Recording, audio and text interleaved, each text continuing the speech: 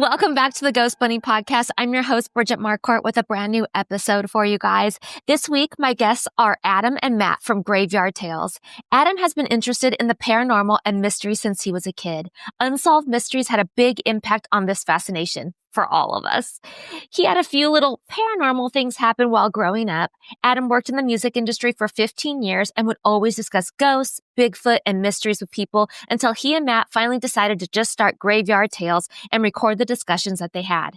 Adam is the co-host and editor of GraveYard Tales.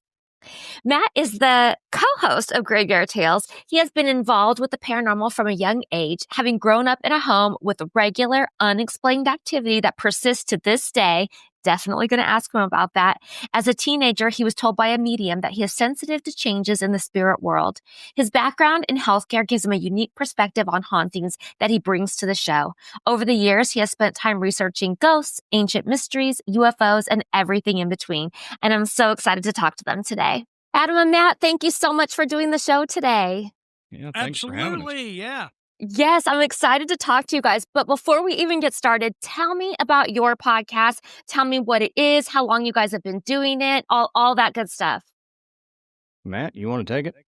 I can. All right. Our podcast is GraveYard Tales.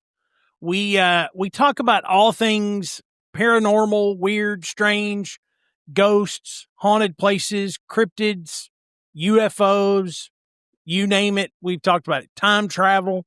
Mhm. We've covered a lot of topics. So we've been actually this month, October, whatever month we're in when you're listening to this. This is our 8th anniversary. So we've been doing this for 8 years. Wow.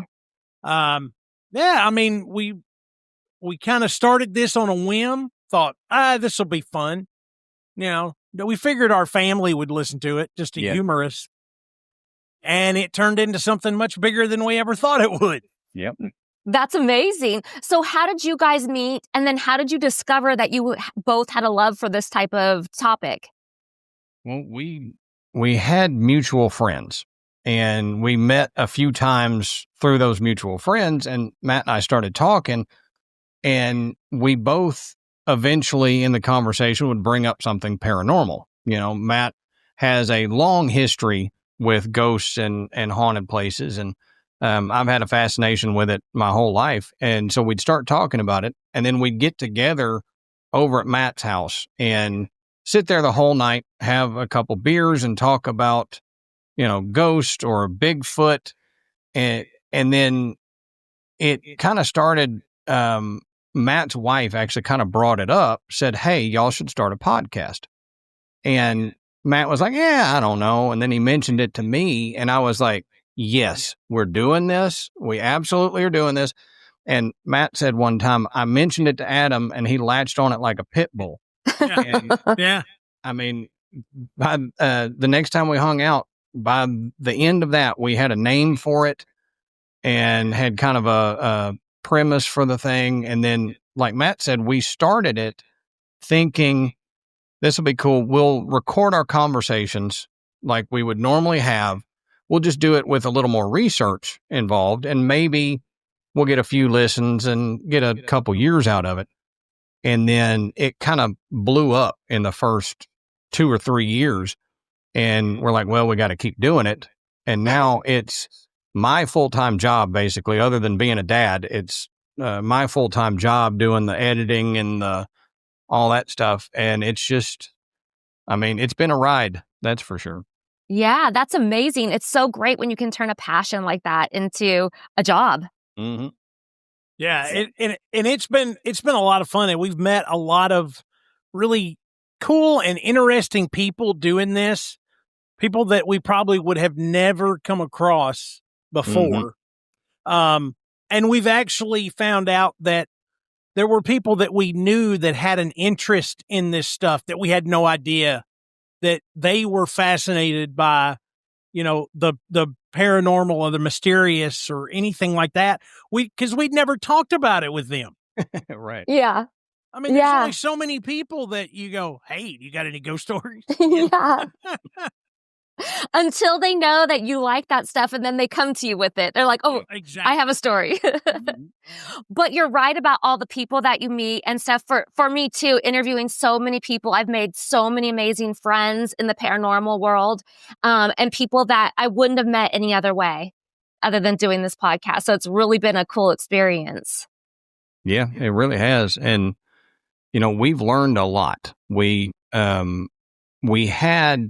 a working knowledge of the paranormal, but when you spend multiple hours a day, every day of the week, researching and diving headlong into it, you realize that as you learn more, you actually know less. There's so much to learn and so much that you don't know. And, and we have a friend who has a show, and she had us on, and I think said, Adam froze for a second. Yeah. We had a friend that had us on, and said, well, y'all are kind of experts in cryptids. And I was like, no, can't use the E word. We're not experts in anything. We just, we're two ding dongs that enjoy the subject. So, Yeah. I mean, it's hard to say anybody's an expert in the field because nobody really knows the answers. We're all just kind of in search of the stories and trying to make kind of any kind of connections or trying to see. And we're just trying to learn every single day, basically, what we can out of it. And if there's a connection, then maybe that means something, or maybe it doesn't. Mm-hmm. So, okay, Adam, you said you had a few little things happen when you were younger, and I want to know what those were. So the biggest one that sticks out to me is a Ouija board experience. And through everything that Matt and I have done, we did a Ouija board episode early on, and we refuse to mess with Ouija boards anymore because there is a entity that is associated with the Ouija board that comes through all the time, and it's not a good entity. You may think you're talking to something, but you're actually talking to this ancient entity, and a lot of bad happens when you open that door because people don't know how to close it. So it's like kicking open your front door and just saying, hey, come in. And then if you don't know how to close it, then you're just open to that other realm.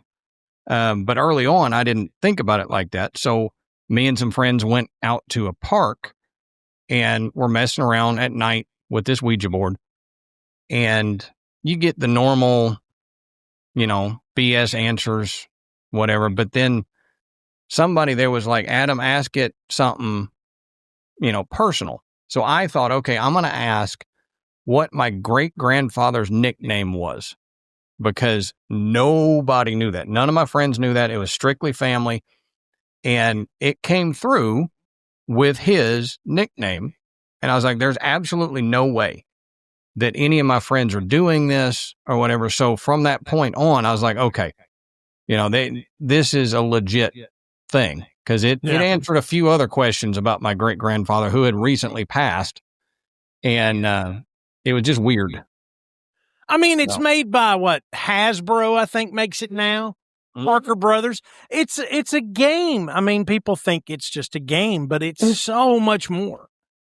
Well, it's so fascinating to me because I had a very similar story that happened to me when I was 12. I bought my first Ouija board. I was super excited to play it. It was my cousin and I. We were asking questions. Supposedly, I was talking to my great-grandfather. And he was the only person that I knew that had passed away at that point in time. And it was answering the questions. But then, I was accusing her of moving it. She was accusing me of moving it. We got bored. We put it away. But then after that, I started having experiences. And eventually, long story short, it was recommended to me to go to my grandfather's grave. And even though I didn't think it was him anymore, ask him to help make it stop.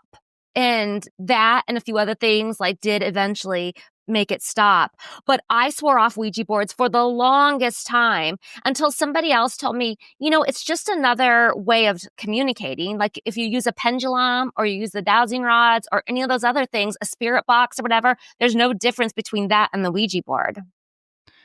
Yeah, I mean, in a lot of cases, that's true. We just, I don't know.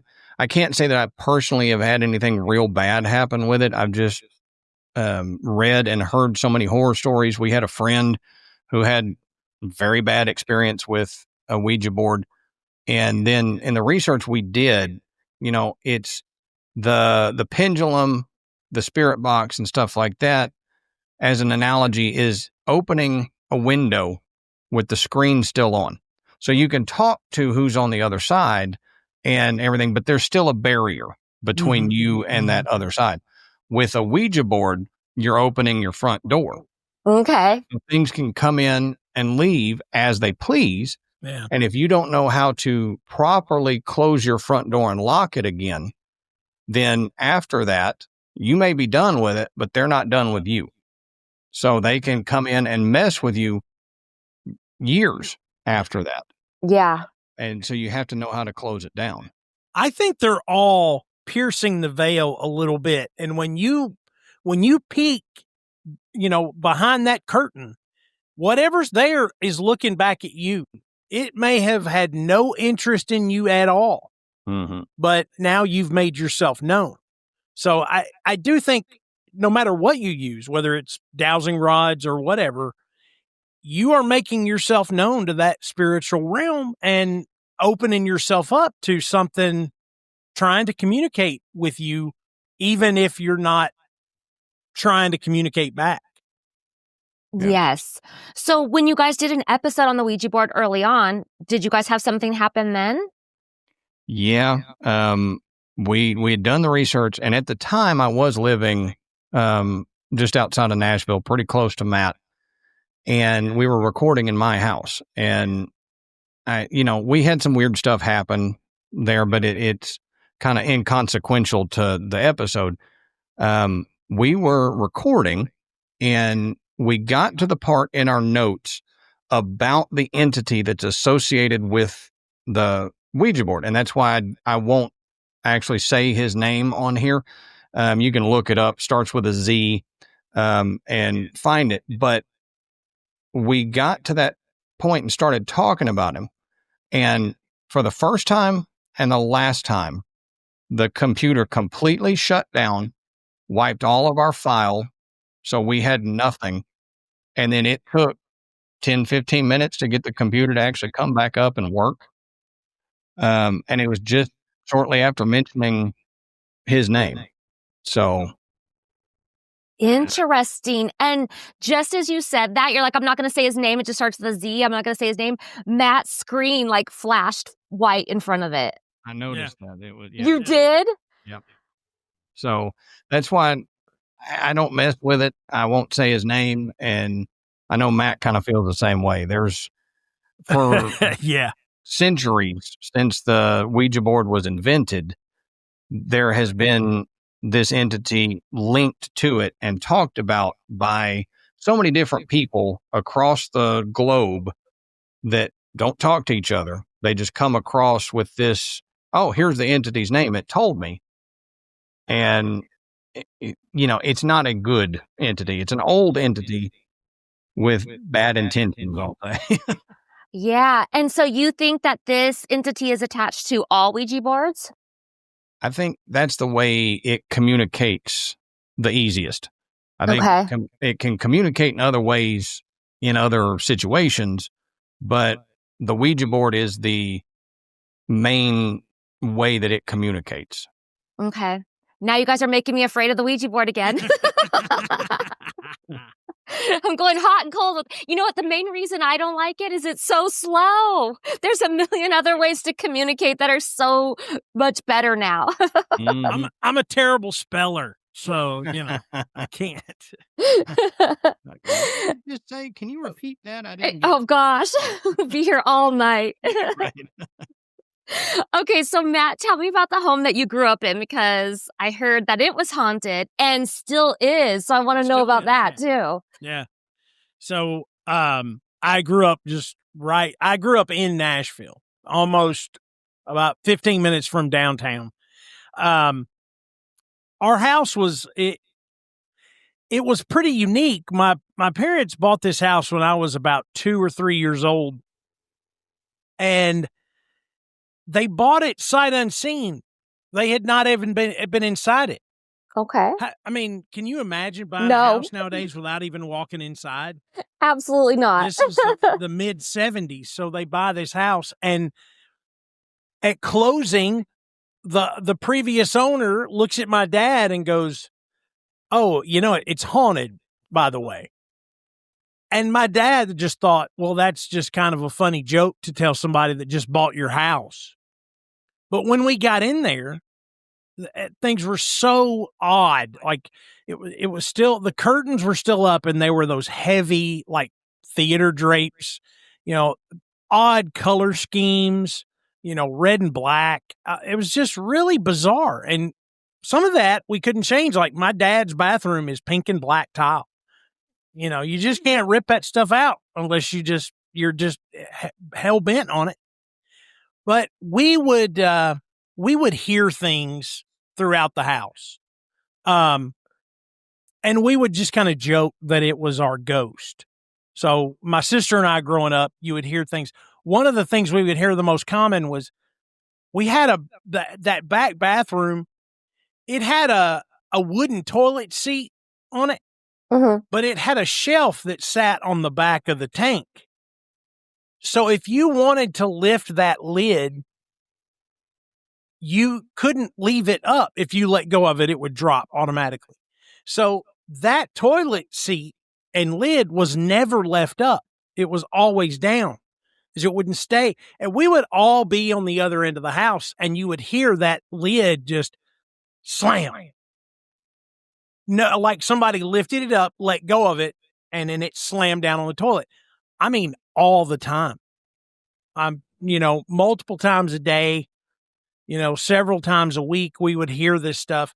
We had an old telephone that would not ring, it would ding like something physically, back when telephones used to have an actual bell inside them. Oh, right. Yes. Like somebody went up and just went bing.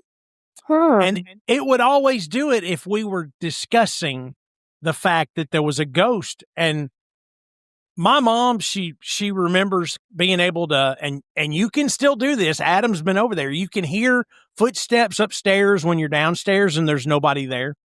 I mean, you can follow them from one end to the other. Just like there's somebody right here. Now they're going that way. You can hear them, and you're there alone. There's nobody there. And I remember one of the craziest stories was I was already out working, didn't live there anymore, but they still live in this house. And I do home health care during the day. So from time to time, I might go by their house, eat lunch, whatever, take a break. And so that night, Mom calls and says, "Were you by the house today?"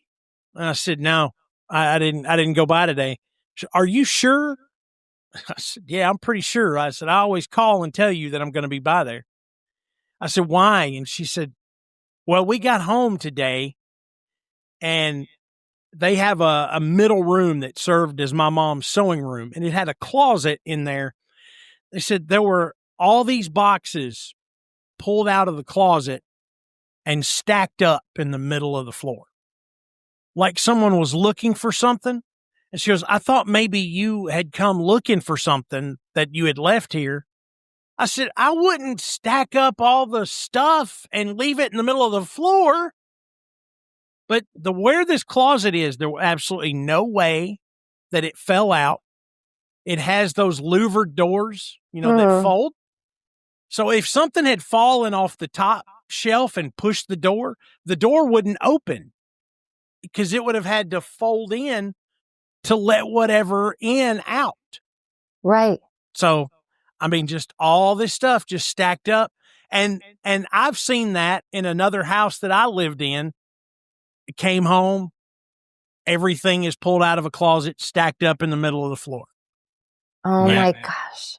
You got to tell my favorite from you growing up is the pot on the stove. Oh, Okay, so I was about 12, maybe 13.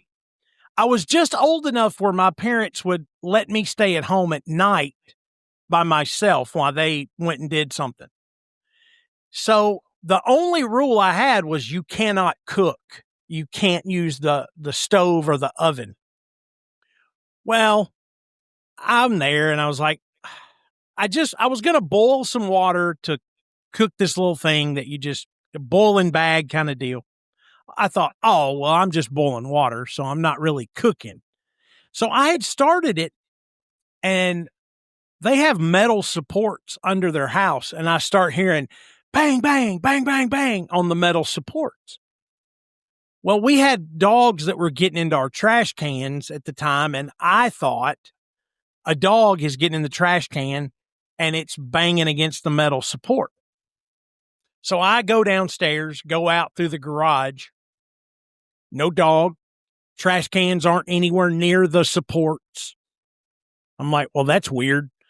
I turn around and go back in through the garage, and on my room was downstairs. On my bed, I had one of those old cassette tape organizers that was the little drawers. Mm-hmm. All of those drawers were pulled open. Every cassette was pulled out and was dumped on my bed.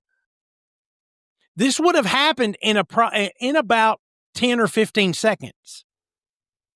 So I thought, well, that wasn't like that. And I went upstairs and every light in the house was turned off. I thought, okay, somebody has broken in. And so I run downstairs, run next door to my neighbor's house. And I'm beating on his door. Here you are at like 8:00 at night. You got a 12-year-old beating on your door. And my neighbor, he comes out and I said, Stuart, there's somebody in my house. Mom and dad are gone and there's someone in my house. And I tell him what's going on and all the lights are off. He goes, well, come on, let's go over here and look. And so we walk through his yard and he goes, well, all the lights are on now. Mm. I said, will you come over with me and let's check the house? He said, yeah. So we go in the house, all the lights, not just the lights that had been on previously, all the lights were on. Every light in every room was turned on. And the pot where I had been boiling the water was moved off of the burner and the burner was turned off. Wow. So I had to come clean when mom and dad came home because I had to tell them the story. And my mom just looks at me and goes, well, our ghost is just making sure that you're okay and protecting you from doing something stupid. And that was it. I was like, well, and that was the first big experience I ever had in the house. I mean, I think it's true what your mom said. I think it was protecting you in some way. But have you ever researched the history of the house or tried to figure out like what is causing that?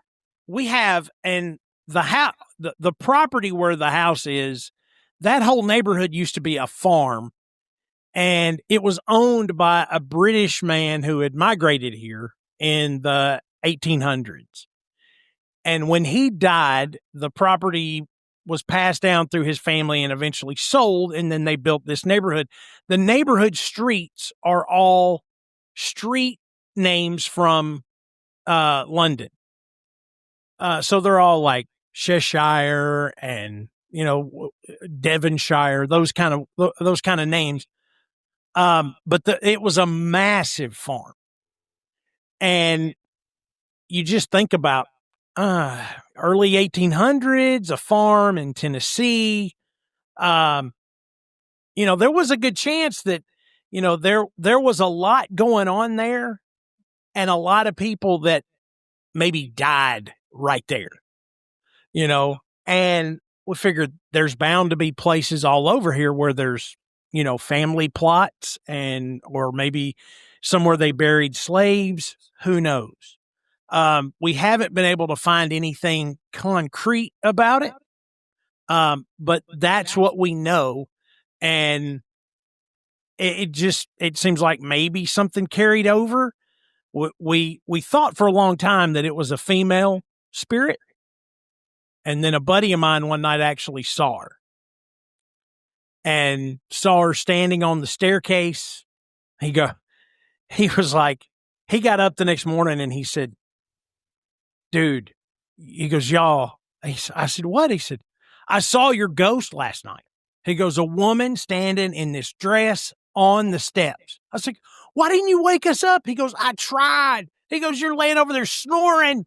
And he's like, I said, well, what'd you do? He goes, I put my head under the covers and waited like an hour. What did you think I did? When I looked again, she was gone. Everybody knows there's safety under the covers. Under the sheets is where you're safe.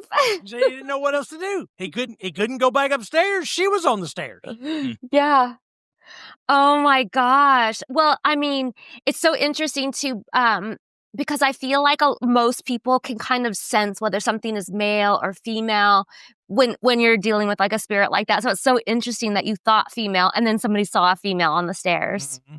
Yeah, there is an energy that they seem to give off that, you just kind of know it's a male ghost, it's a female ghost, it's a kid spirit, something. And I think that's innate with humans, that you just kind of can sense that without, like, we just recently talked, you can sense when someone walks in a room, you may not be looking, but you now know you're not alone in the room anymore, and you turn around and, oh yeah, my wife's there. She walked in, didn't say anything, but you knew it before she said anything. And I think it's the same way with spirits. You can kind of tell when they're there, and maybe not exactly who they are, but you kind of know who they are.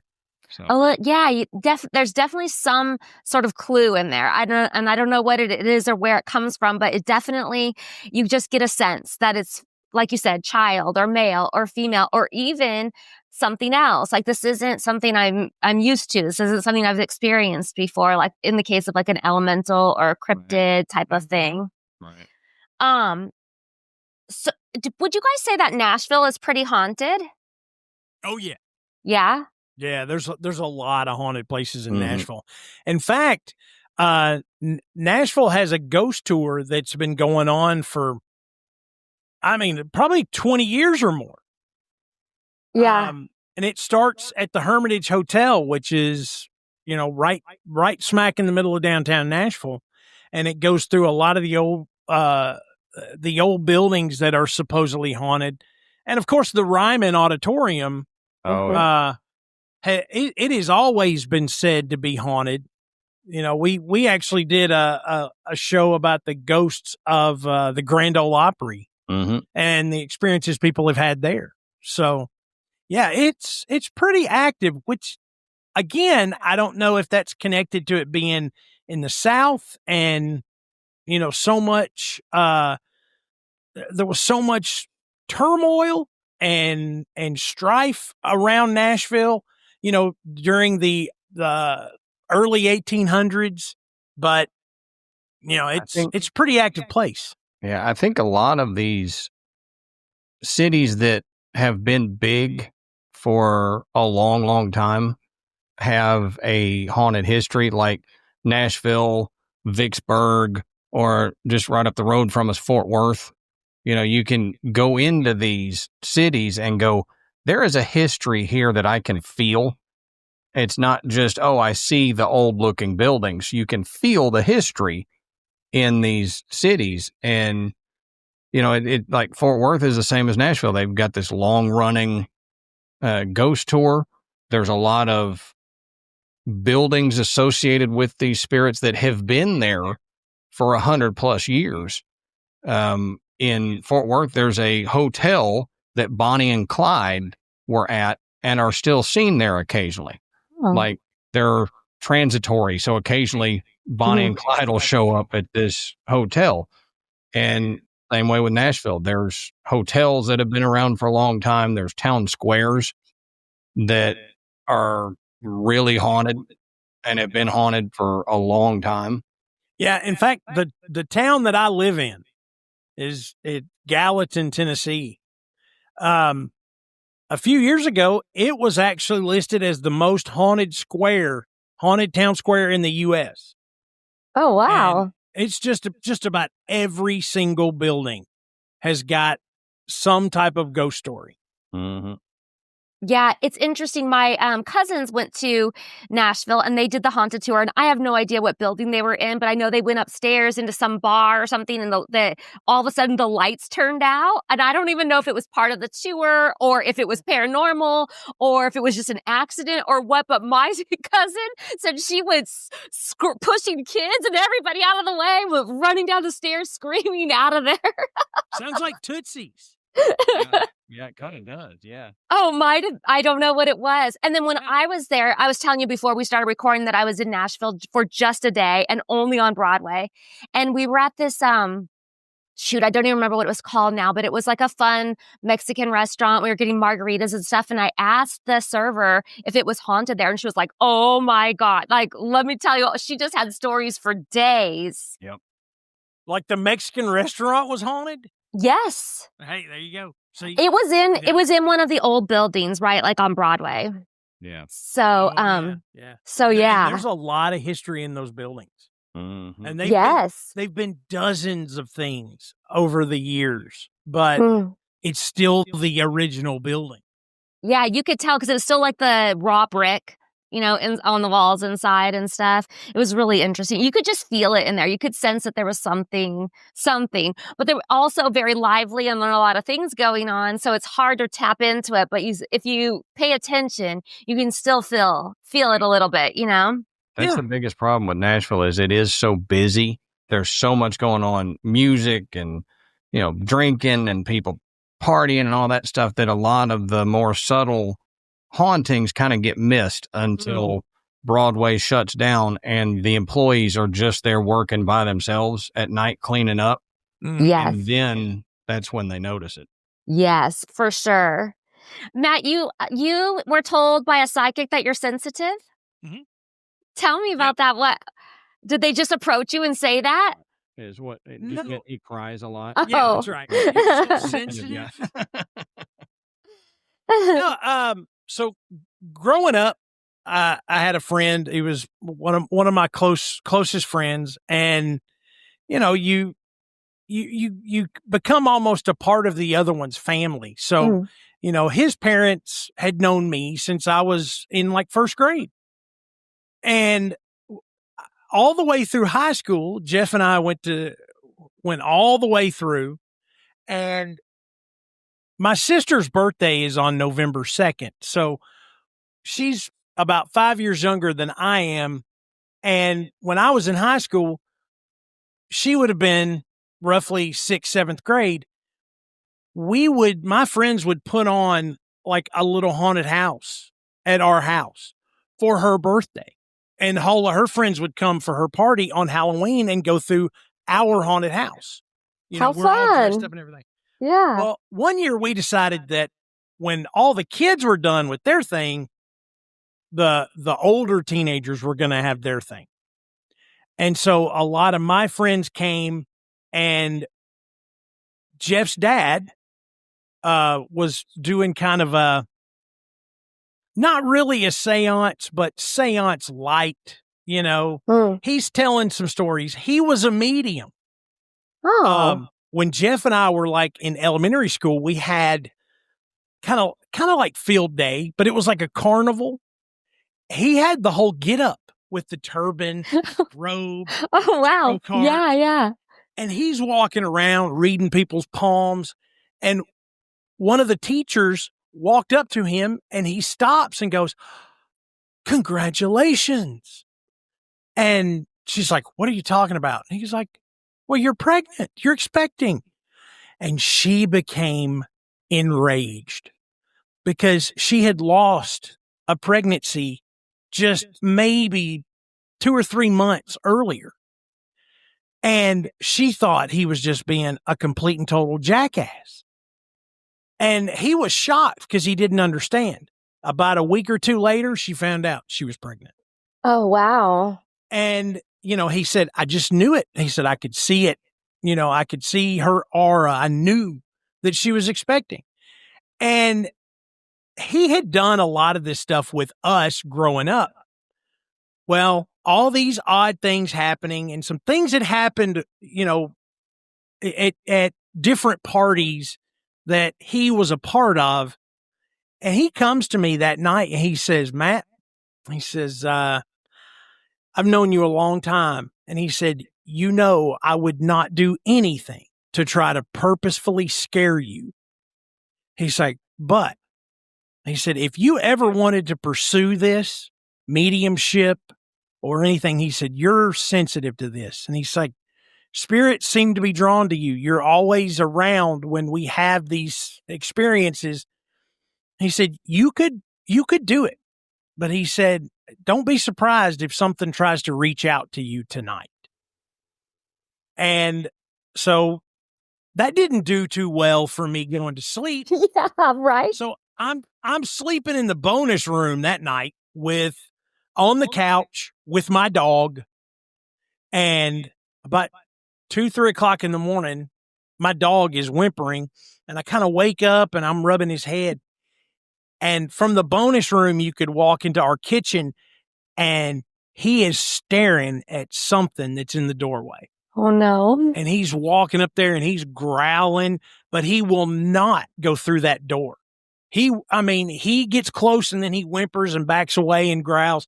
He would not. This went on for about 5 minutes. And then all of a sudden he stopped and he walked in the kitchen, sniffed around everywhere, and then comes back to me. And I have always felt that he either could see or feel whatever presence was in that doorway. Mm-hmm. And so I had to tell him the next day. I said, listen, this happened to me last night, thanks to you. Yeah. It's your fault. But as an adult, I've embraced it. Whether it's, telling some of these ghost stories that I've got, having people ask me questions about things. It always have. I've had dreams where, people had passed away and I wake up and I find out they had passed in the night. I had an uncle that came to me. He had been sick for years and years, and he comes to me in a dream walking up my sidewalk. And he's wearing a white suit, and he says, Matt, I just wanted to come by and tell you that I love you, and I appreciate everything you did for me when I was sick, and your mom and dad too. And he said, I just wanted to tell you all that. And he turned around and he said, it's time for me to go. And he walked away. And so I got up the next day and I was like, man, that was a weird dream. So this was my mom's brother. So I walk into the kitchen and mom's kind of teary eyed and she's like, your uncle passed away last night. And she looked at me and she's like, what's wrong? And I said, let me tell you about this dream. Yep.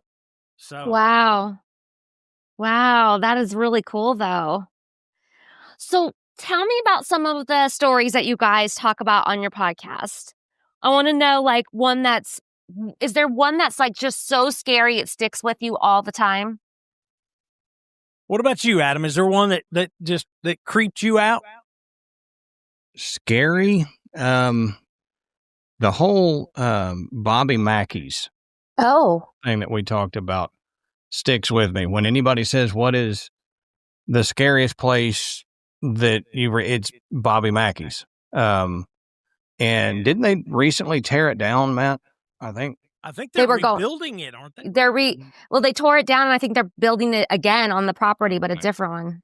Okay. Yeah. Cause supposedly there was this hole. I mean, not supposedly, there literally was a hole in the basement that was supposedly a portal and would let stuff in. And just all the stuff that happened there was I can't remember specifics. I just remember I didn't ever want to go there again. Wait, had you been there? No. I had to before we did the research. Then after the research, I went, no, I'm not doing that. Yeah, Adam was still here in Tennessee, and we're not that far from where we are. I mean, it's a couple hours drive. Yep. Yeah. And so we had talked about taking a trip up there before we had done all the research. And I mean, even Amanda was like, "Are y'all really going to go there?" Not now. Yeah, not anymore. I was like, I don't know if, two amateur goofs need to show up and start poking spirits. Right. With a potential portal to hell. I was like, I don't think so. The one that sticks with me, though, that I did want to do was the South Pittsburgh Hospital. And it pops into my head all the time because there's so many stories in the basement of the South Pittsburgh Hospital. There is a female nurse spirit that likes to goose men. Oh. As they walk by, she will pinch their butt. And I told Matt, at the time we learned that, until this point, I think that would be hilarious if we could go to the South Pittsburgh Hospital and get goosed by a ghost. Would be amazing. Yeah. And I don't know why, but that is stuck in my head for years. We did that 4 years ago, 5 years ago. Something. Oh, longer than that. Yeah. But we actually we were invited to go to do an overnight hunt at the South Pittsburgh Hospital. We've got a friend of the show, and he, we've talked to him over the years, and he reached out and he said, "We got 2 spots. We'd love to have y'all." And, Adam couldn't get up here from Texas, and the night they were going was my son's birthday. Oh. So I told him, I said, "Buddy, you and I can go and do this together for your birthday." And I don't know what, he was probably turning like 13 or something, 14. Maybe, yeah. And it wasn't his bag. He was like, "Nah, I don't think so." So I had to decline, but that was, that was the one shot we had at going there. But yeah, it is a creepy place. Mm-hmm. And what's so awesome about it is that the owners, they leave it like it is strictly for paranormal investigations.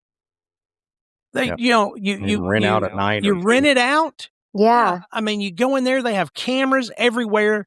So you have more equipment than just your average amateur ghost hunter would have access to go down there and really dig into this place. Mm-hmm.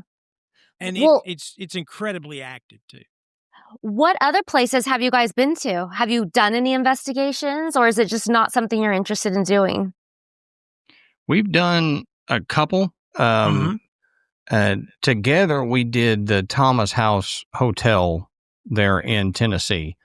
It was the very first episode we ever recorded and put out was on the Thomas House. And that one, there's apparently this girl, like 12 years old or something, that is seen so often in this one hallway. And we did the investigation with the Tennessee Wraith Chasers, a Tennessee-based ghost hunting group. And they had an SLS camera, and we're all sitting there watching this SLS camera down the hallway. And we sent Matt off halfway down the hallway to sit on this bench. Always.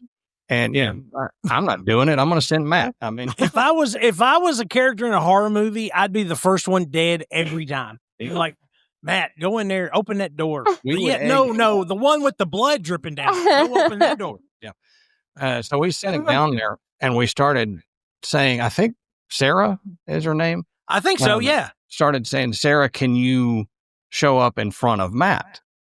And I don't know, within a minute, the little stick figure of a 3-4 foot tall entity appears in the SLS camera right in front of Matt. And then we're like, "Okay, can you raise your right hand?"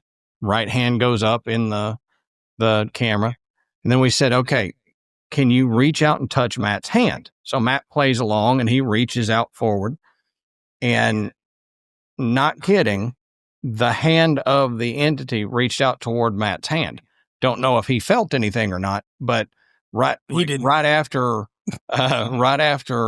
it went for his hand, then it blinked away and we didn't have any more activity. So so, that is amazing. Mm-hmm. Yeah, Yeah. that was interesting. There's another spirit at that hotel that they call the Whistler. Oh, and you'll hear it whistle.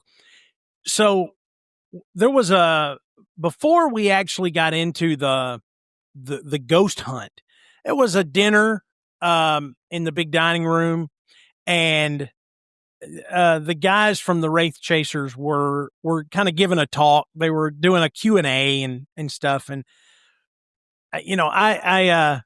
I said, yeah, I'm going to walk outside for a little bit. We've been in here. It's getting kind of stuffy. I need to stretch. And so Amanda and I walked outside, and she's out there whistling, trying to get this thing to whistle back.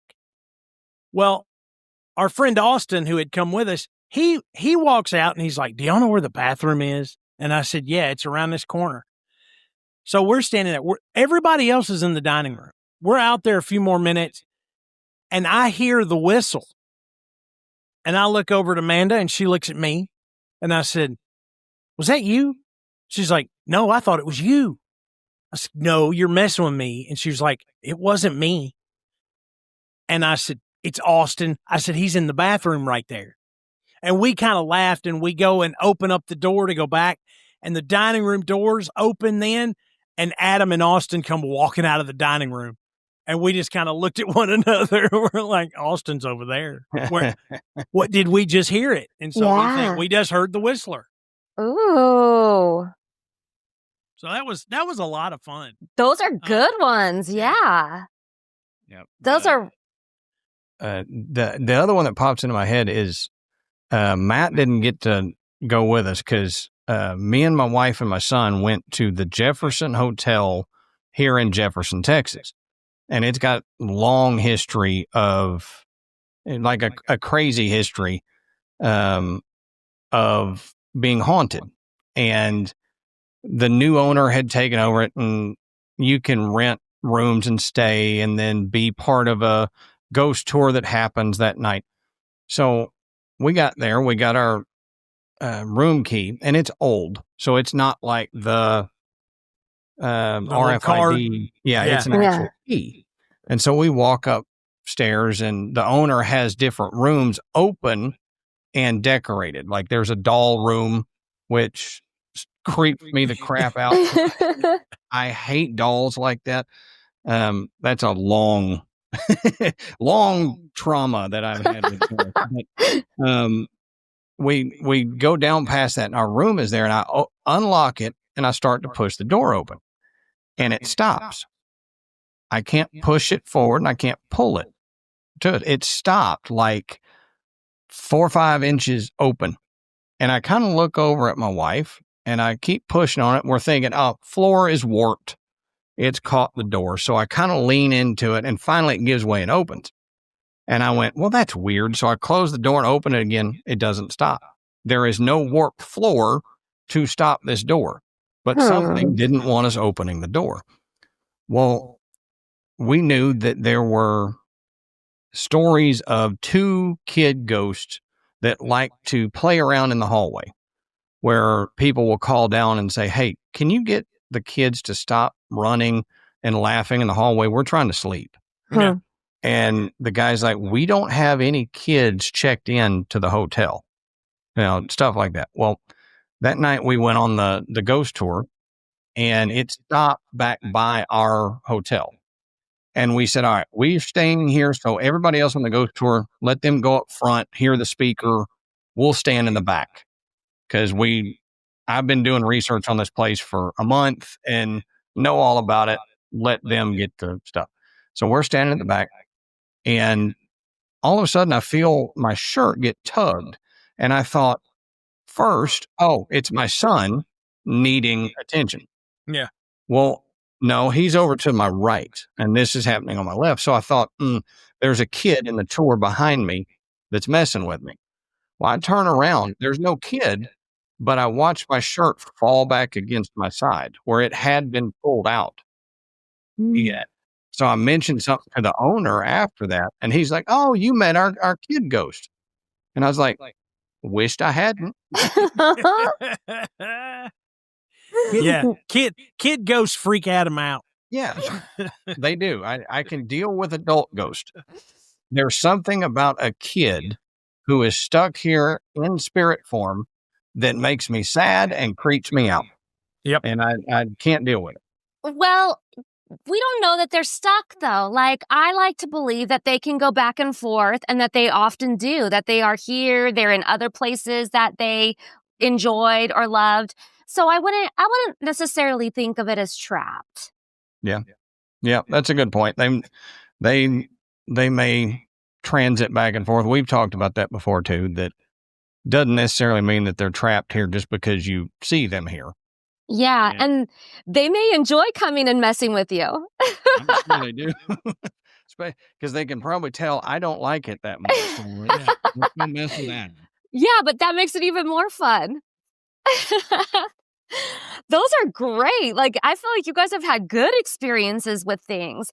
Where do you guys usually source your stories? Like, how do you come up with a podcast episode? Do listeners give you ideas? Is it just places that you're interested in? A little of everything. We've done several shows that we've had listeners reach out and say, y'all should really do this. Y'all should really check this place out. Or I took the tour here and it was crazy. Look into it. Sometimes it's just a matter of we've got a list of topics that we add to, or like at some point in time, let's look into this place. Sometimes they get stuck on the back burner. I mean, we've done places that we've had on that list for years and just finally get around to doing it. Most of our research, comes from either just online sources or books. We've done a few interviews. I wish we did we did a place in it's in California, right? Isn't that where? Yeah. And we did this, and this was a place that Ghost Adventures had actually been to. And when it was all said and done, and we had released the episode, the owners of the house reached out to us and said, "Hey, we really enjoyed your show. Y'all did a good job with it." And, because a lot of people like to kind of poke fun or debunk everything. Mm-hmm. Yep. And we asked them, we're like, thank you. Would you like to come on and talk about what you've experienced in that house? And they did. Mm-hmm. What house was it? What's the name of the house? Why can't I think of it? It was years ago. Yeah, you keep talking. I'm going to look it up because I can't. But they came on and shared some of the experiences they've had. They kind of peeled the curtain back on the Ghost Adventures show and kind of gave us some insight on what it's like to have a paranormal television show film in your house. Which after hearing that, I thought, I don't know why anybody would want to open their home to a television show of any type, much less a ghost hunting show. But it just kind of came full circle. I mean, here we had found this place, we'd researched it, we'd told some stories, we gave some opinions, and, to get that kind of feedback to say, y'all, we appreciate how you approach this. It was a good feeling. We had, we mentioned a tour guide at one place by name because their name appeared in a story, and one of our listeners actually knew that tour guide and went to her and said, "Hey, they mention you on this podcast." And so she listened to it and she reached out to us and said, "Y'all did a pretty good job. That's amazing. You're pretty accurate." So I was like, okay, so we're, we're full of crap most of the time, but with our research, we take it a little bit more serious. So. Yeah, absolutely. Well, it's interesting that you bring that up because just before we started recording, I have been researching today this location that I want to go to, and there is a well-known ghost show that went there, and I'm just finding out that the entire story is wrong that they pitch, that they put out there in the world, that everybody believes. I mean, at least as far as the research I'm finding, and this is like real historian people and archaeologists and researchers and an actual book put out about this. So I'm like, wait a second, what's going on here? Because if this is not true, that whole story isn't true. Right. I mean, the whole thing is like so sensationalized and crazy. And that really bothers me because I really believe in this stuff. I've really had experiences. So I don't need people out there sensationalizing things or making stories up for a TV show because it ruins everybody's credibility and it ruins everyone's stories. Yep. We've said that for a while. Real quick, Henry Levy House is the house that Henry Matt was Levy. Yeah, that's it. The problem with what you're saying, we've talked about that so many times that they do that because they're doing a TV show and they need the sensational draw to get, you can't have a TV show and go, oh, well, I mean, it was kind of boring. There was this one thing that kind of knocked and whatever. So you've got to make stuff up. And that's when a lot of these TV shows turn to demons. Everything's demonic. Oh, you've got a demon that is possessing your grandmother's rocking chair. Yeah. And if you sit down, it's going to eat your butt cheek. And, you're like, okay, just stop. But like you said, we have said it many times. If you're not honest, then you ruin the paranormal for the rest of us.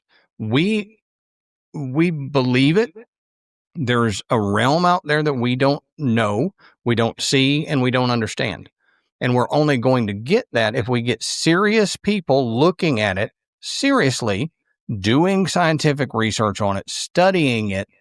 And we're never going to get that if you have some jackwagon on Travel Channel making things up. Okay, yeah, you got the history right. But then all this other stuff that you talked about didn't happen. You're making it up. You're standing there going, "What was that? What was that?" And it was nothing because you need the tension to build, and or just like what you're saying, Bridget, just fabricating an entire story, to support a haunting that doesn't exist. Right. Yes, because the location that I'm looking into right now, I'm finding that the entire story, there was never an abandoned psych ward there. There was never a deranged psychiatrist that jumped from the bell tower. There was never plague victims kept there and burned alive. Yeah. A few times. We looked into a cemetery that was supposedly one of the most haunted cemeteries in the world, had the scariest stories. So Matt and I are looking at this for 3 days. And then we come to each other and go, I'm not finding anything. Like there is legitimately nothing here. We went ahead and put out the episode on that place to say, here's what people say. This is not what's happening. There are no hauntings at this. It was like the least haunted cemetery. And it made it to, what would you say, 10 of the top 10 most haunted lists. Oh, yeah. It was all over the place. And interesting. What is it? Where is it in? It's in Ireland or something, isn't that where it is? Yeah. And it's a beautiful cemetery, beautiful history to it. I'm a history buff. I love that part of it, to tie in the history to the hauntings and the paranormal, because there's usually a tie-in. And if there's a tie-in, then something's wrong. And that's kind of what we found with this cemetery, is the history said one thing, the hauntings that people are talking about said another, and it was complete BS. And we said, you know what? We're putting this out anyway. Yeah. We need, we always wanted to be truthful with what we put out, whether it be considered a boring episode or not. Mm-hmm. Put it out, and this is the truth about what's happening here, because we refuse to do the sensationalist stuff. That's why Matt and I brought in conversation and comedy to the podcast, because we take it seriously, but we can't take it so seriously that we sit there and one dark and stormy night. We just can't do that. And Right. we don't want to be known as the guys that sensationalized all this paranormal stuff, and it wasn't true. Yeah. Yes. Well, I appreciate that for sure. And the cemetery wasn't Greyfriars in Scotland, was it? No, because I think that one is haunted as all get out. Okay, good. Because I've been there. I've been there just last year. Yeah. Okay. Yeah. Okay, I know we're It's just getting a regular cemetery. I know we're getting close on time. I want to know a good UFO story from you guys. I don't really. I don't have personal UFO experiences, but I know. So a few years ago, we were at my son's baseball game, and this is like summertime, probably 7:30 in the evening, so it's still daylight outside. And Amanda looks over at me, and she goes, "I think I just saw a UFO." I was like, "What?" She goes, and then my dad goes, "I saw the same thing." And they were like, we were both just happened to be looking up and saw this thing just kind of come out of the clouds and kind of hover around and then zoop, just zip off. And my dad's like, it's gone. And if you ever met my dad is he's a funny guy, but he is not one to make stuff up. Okay. Yeah. So if my dad says that he saw something, by God, he saw something. And Amanda saw it too. And they were, to this day, they're just like, what on earth was that thing? Yeah. So they both have a shared UFO experience. I don't know that I've ever seen anything that I would have immediately said, that's not an airplane or a helicopter. That's something else.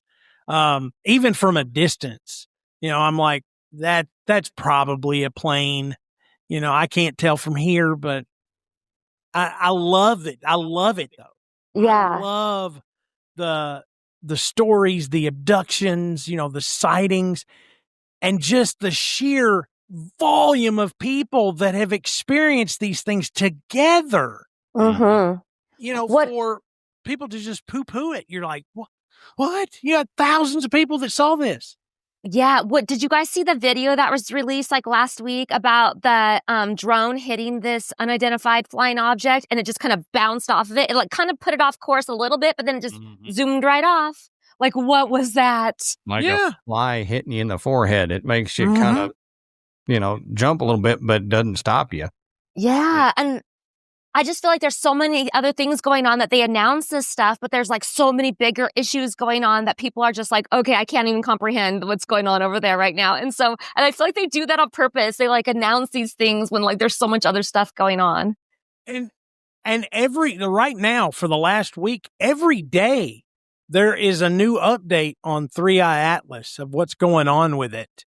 Whether it's the one I saw today was this thing is, not only is it producing its own light, they have determined that the most likely source of this light would be a nuclear reaction.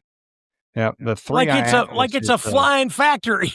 Yeah, 3i Atlas is this supposed comet that's coming in from interstellar, and they've been watching it for a little while. But we had the Oumuamua thing that came through, and the one scientist said that could be a dormant alien spacecraft that came through because it's shaped weird and its propulsion is weird.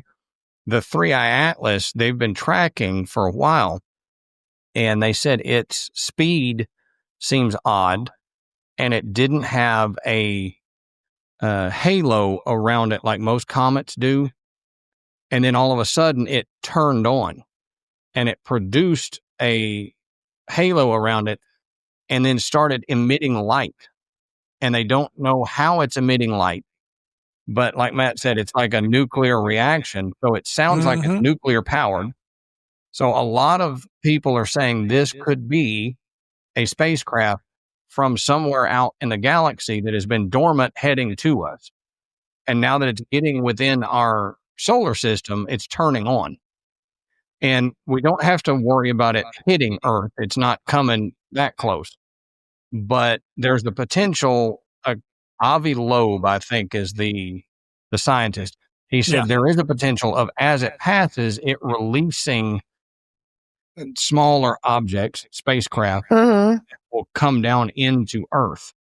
And it could be a mothership of some kind. It could just be a rock. It could just be a rock from, interstellar visitor from out there.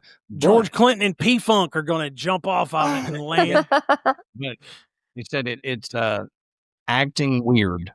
Interesting. It's not acting like a normal interstellar. It's even weirder than Oumuamua was, and they were all freaked out about it.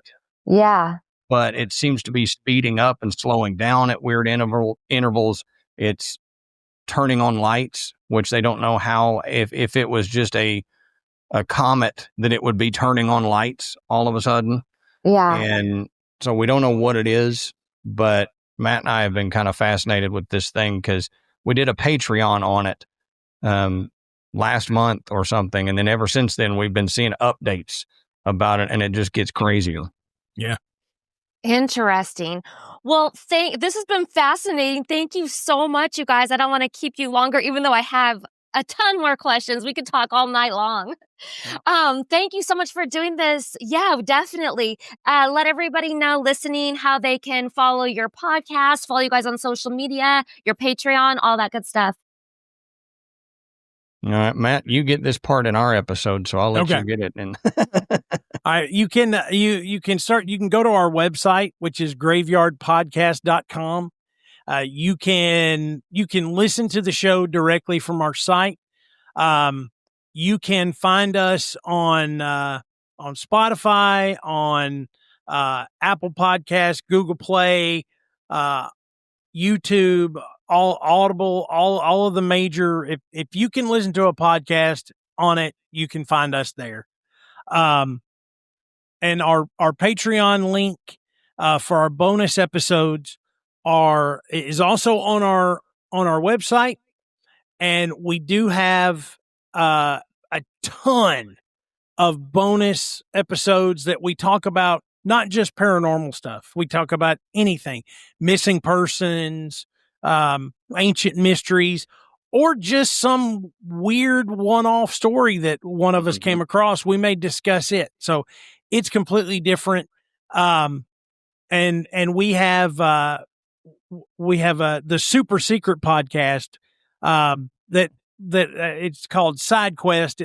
It lives behind a paywall, but it is just Adam and I being absolutely ridiculous. We've had the girls on there. We've had some friends come on it. It is just nuts. But for our top tier Patreon members, they get access to that wacky show. But it's a lot of fun.